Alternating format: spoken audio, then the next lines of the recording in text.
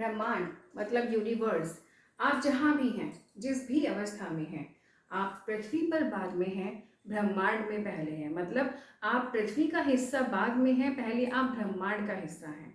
अगर भौगोलिक दृष्टि से देखा जाए तो सभी प्रकार के द्रव्यमान और ऊर्जाओं का जो समूह है, सभी जितने भी प्रकार के द्रव्यमान हैं, जितने भी प्रकार की मासेस हैं, ठीक है, और जितने भी प्रकार की एनर्जी हैं, उन सब के समूह को ब्रह्मांड कहा जाता है। जितने भी प्रकार के द्रव्यमान हैं और जितने भी प्रकार की ऊर्जाएं हैं, जितने भी प्रकार की मासेस हैं और जितने भी प्रकार की एनर्जी हैं, इन सब के एक कंबाइंड समूह को हम ब्रह्मांड कहते हैं। ब्रह्मांड को कॉस्मॉस भी कहा जाता है, इसीलिए ब्रह्मांड के अध्ययन को कॉस्मोलॉजी कहा गया है। अब देखते हैं बिग बैंग थ्योरी, महाविस्फोट का सिद्धांत क्या है।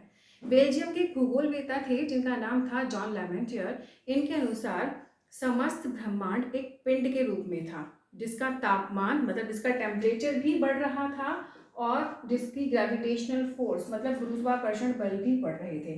तापमान बढ़ने से ये अपने आप को एक्सपेंड कर रहा था और गुरुत्वाकर्षण बल के बढ़ने से जो भी ये आसपास की चीज़ें थी उनको गुरुत्वाकर्षण बल अपनी तरफ खींच रहा था। तो एक तरफ तो ये एक्सपेंड हो रहा था और एक तरफ ही खींच रहा था।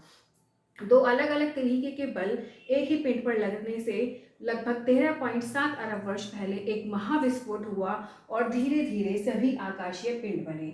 उस महाविस्फोट के होने से ये महाविस्फोट हुआ, उस महाविस्फोट के होने से अलग अलग तरीके के ये आकाशीय पिंड बने। इसका टेम्परेचर जब बढ़ेगा, जब किसी भी चीज़ का टेम्परेचर बढ़ेगा तो वो एक्सपेंड होगा, उसका विस्तार होगा।